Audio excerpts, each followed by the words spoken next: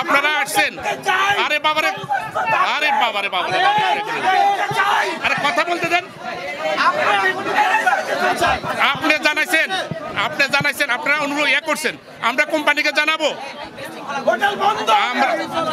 আমরা কোম্পানিকে জানাবো যদি নেক্সট।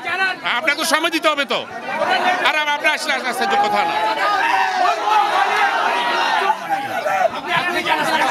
আমি আপনাকে বললাম আমি কোম্পানিকে জানাবো। কোম্পানি তো দেশে নাই, তো উনি তো চিকিৎসার জন্য বাইরে গেছে। বুলুল ডাক দাও, দায়িত্বশীল বুলুল ভাই আছে এখানে। আপনারা উত্তেজিত হন কেন? আপনারা জানাইছেন, এটা আমরা করব, আমরা কোম্পানিকে জানাবো। উত্তেজিত হচ্ছেন কেন? আমরা তো মুসলমান, আমরা গরু খাই না, আমরা গরু খাই। হ্যাঁ, আশ্চর্য কথা না। আপনি থ্রেট দিচ্ছেন কেন? আমি বলছি আমি জানাবো। হ্যাঁ হ্যাঁ, এ বুলুলের রাখ দো তো। এ বাপে,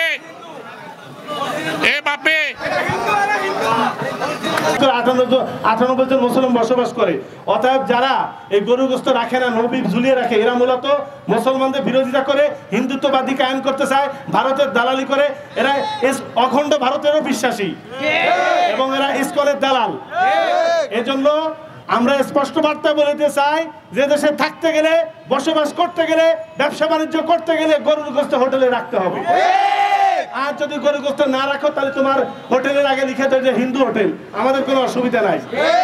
তুমি মুসলমান পরিচয় দিবা, নাম মুসলমান, রেস্টুরেন্ট হোটেলের নাম মুসলমান, তুমি মুসলমান 98 জন জনগণের নাগরিক অধিকার হরণ করতেছো, খাবার রাখো না গরুর গোস্ত, তাহলে তুমি এই অধিকার হরণ করার কারণে তোমাকে কাজ করে জবাবদিহিতা করতে হবে।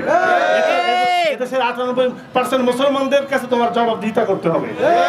তো আপনারা যে যেখানে আছেন শুনতে পাচ্ছেন, আজকে আপনাদের প্রতি উদাত্ত আহ্বান, যে সমস্ত রেস্টুরেন্ট হোটেল গরুর গোস্ত রাখে না, আপনারা তাদেরকে গরুর গোস্ত আন্তরিকভাবে বোঝায় রাখানোর ব্যবস্থা করবেন।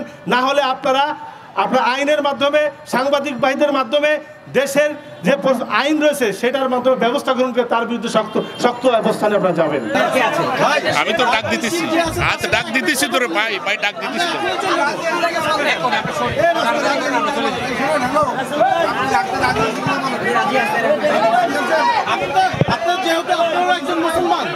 আরে ভাই আমি তো চাই আমরা আমরা তো অস্বীকার করার কিছু।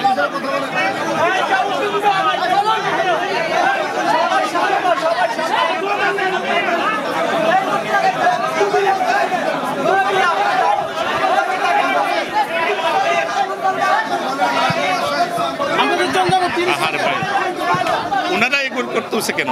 এটা ভাই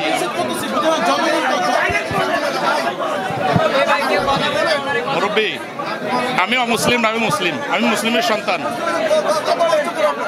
হ্যাঁ, না না, কেন কারো ওপেনিং থেকে হচ্ছে কেন আদেশ? কেন এটা প্রাইভেট পজিশন, কারো আদেশ মানবে কেন? আরে না, এটা উদ্বোধন থেকে 78 সাল থেকে বিক্রি করে না। আপনি কারকে ইয়া করবে কেন? 78 সাল ওই যে মাদন কথা বলেন, ওই যে